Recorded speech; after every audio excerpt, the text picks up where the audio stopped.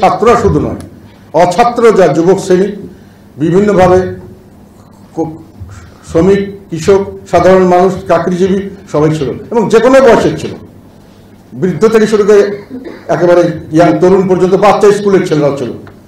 সব প্রজন্মের সব মানুষই একটা আন্দোলনের সঙ্গে জড়িত ছিলেন। সেই আন্দোলনটা আন্দোলন কিসের ছিল? শেখ হাসিনাকে পতন। কেন? যে শেখ হাসিনা আমাদের থেকে আমাদের যে বৈষম্য মুক্ত সমাজ গড়ার স্বপ্ন এটা ভেঙে দিয়েছেন। উনি বৈষম্য শুদ্ধ একটি সমাজ উপহার দিয়েছেন। সেখানে ওনার লোকরা লুটপাট করে দেশ শেষ করছে। আমরা বিভিন্নভাবে বৈষম্যের শিকার হচ্ছে, অত্যাচার অনাচার নির্বিচারে আমাদের উপর করা হচ্ছে। আমরা এটা থেকে মুক্তি চাই। কিভাবে মুক্তি পাওয়া যাবে? এখন উনি যেটা বলছেন, একটা সুন্দর নির্বাচন চাই, যে নির্বাচন হবে জনগণের সকল ধরনের মানুষের মতামতের প্রতিফলনের একটি সরকার করার জন্য। অবাধ, সুষ্ঠু, নিরপেক্ষ এবং অন্তর্ভুক্তিমূলক নির্বাচন চাই। কেন চান? নির্বাচনের পরে তো আমরা নির্বাচন তো 2001-এও দেখেছি, 2008-এও তো শেখ হাসিনা নির্বাচন করে এসেছে। সেই নির্বাচনের পরে যে ব্যবস্থা আমাদের, সেই ব্যবস্থা মানুষকে দানব করছে। একটা বিভিন্নভাবে স্বৈরাচারী সৃষ্টি করার সেই পরিস্থিতি, সেই নির্বাচন আমাদের রাষ্ট্র কাঠামো। আমরা এটার থেকে পরিত্রাণ চাই, তো রাষ্ট্র কাঠামোর সংস্কার চাই। তো আপনি নির্বাচন চান, রাষ্ট্র কাঠামোর সংস্কার চান। কেন? আপনার আসল উদ্দেশ্য হলো আপনি একটি বৈষম্য মুক্ত সমাজ চান।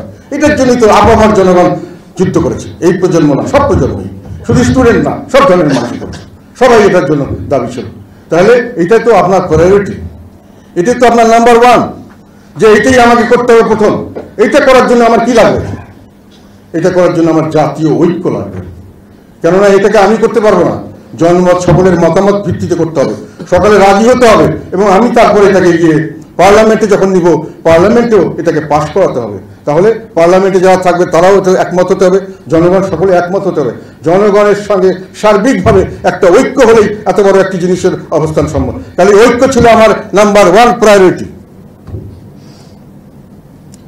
এখন আপনি কি সেটাকে নাম্বার ওয়ান প্রায়োরিটি দিয়েছেন? আমি বর্তমান তত্ত্বাবধায়ক সরকারের কাছে প্রশ্ন করতে চাই, আপনারা কি আপনার নাম্বার ওয়ান প্রায়োরিটি সেটাকে দিয়েছেন, যেটার জন্য জনগণ জীবন দিয়েছে? আপনি বলেন আজকে শহীদের রক্ত আমি বৃথা যেতে দেবো না, আমি শহীদকে আমি সম্মান দেখাবো। কিভাবে দেখাবেন? তার স্বপ্নটাকে বাস্তবায়ন করে দেখাবেন। কিন্তু আপনার প্রায়োরিটি তো আমরা দেখতে পাচ্ছি বিভিন্ন জায়গায়। প্রায়োরিটি হলো এদের কে হত্যা করছে সেই হত্যাকারীদের প্রতিশোধ নিতে হবে, প্রতিশোধ নিতে হবে। এবং এই প্রতিশোধ নিতে চান, বিচার ব্যবস্থা করতে চান, আমাকে সেদিকে কি বিচার তো করতেই পারেন, অপরাধ করলে বিচার হতে হবে, এটা সবসময় নিয়ম। তবে এখানে দুটো জিনিস মনে রাখতে হবে, যে আমাদের যে সিস্টেমে আমাদের যে জুরিসপ্রুডেন্স বলে আইনশাস্ত্র, সেটা যে ব্রিটিশ সিস্টেমে চলে, সেখানে বলা আছে 10টি অপরাধী যদি ছাড়া পায়, একটি নিরাপদ লোক যেন তার জন্য কষ্ট না পায়।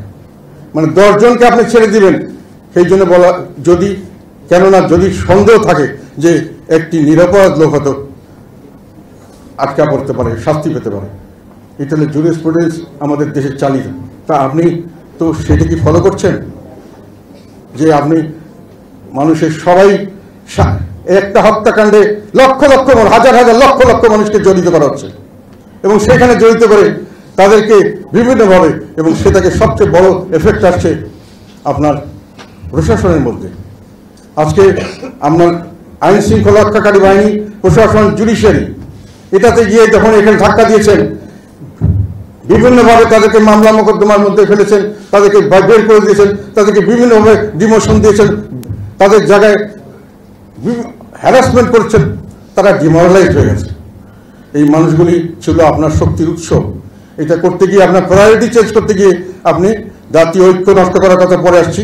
আপনি প্রথমে করছেন আপনার হাত, শক্তিশালী হাতকে আপনি নুলো করে দিয়েছেন। আপনার একটা কেয়ারটেকার সরকার, ইন্টারিম গভর্নমেন্টের শক্তি থাকে কোথায়? তার শক্তি থাকে তার পুলিশের কাছে, তার শক্তি থাকে তার ডিসিএসপির কাছে, তার শক্তি থাকে তাদের বিজনেসম্যান কমিউনিটি, সমস্ত বুদ্ধিজীবী, তারা তাকে সমর্থন দেয়। একটি কেয়ারটেকার সরকার সবসময় সাকসেসফুল হয়েছে, কেননা তারা সকলের সমর্থন পেয়েছে, সকলে তাদের জন্য কাজ করেছে। আপনাদের তো পাওয়ার বেস ছিল এই পুলিশ বাহিনী, আপনাদের পাওয়ার বেস হওয়ার কথা ছিল এই প্রশাসন, আপনাদের পাওয়ার বেস হওয়ার কথা ছিল জুডিশিয়ারি অ্যান্ড আদার থিংস। আপনাকে সাপোর্ট দিবে সমস্ত বিজনেসম্যান কমিউনিটি, প্রফেশনাল বডিজ, এগুলো থাকবে। তারপরে আসবে রাজনৈতিক দল। তখন তো আপনার হাতে সকল থাকবে, আপনি যা করতে চাইবেন তাই করতে পারবেন। যে মুহূর্তে আপনি আঘাত দিয়েছেন ওদেরকে, আর একটা কথা বলি, আমাদের শরিয়া আইনের একটা নিয়ম আছে, সেটা হলো মানুষকে বিচার করবা তার নিয়ত দেখে, তার কাজ দেখে নয়। একটা পুলিশের প্রশাসনে চাকরি করে আমাদের মিডল ক্লাস লোক বা মধ্যবিত্ত বা গরিব শ্রেণীর লোক বা নিম্ন মধ্যবিত্ত, তারা চাকরি করে, তাদের বউ ছেলে পেলে শ্বশুর শাশুড়ি তাদের মা বাবাকে তাদের অনেক সময় সাপোর্ট করতে হয়, অনেক গরিব মানুষকে আত্মীয়কে সাপোর্ট করতে হয়, তারা চাকরিটা দরকার। বছর শেষের খুশি নগদে হবে বেশি। নগদ পেমেন্টে নির্দিষ্ট ক্যাটাগরির কেনাকাটায় 300 টাকা পর্যন্ত ক্যাশব্যাক।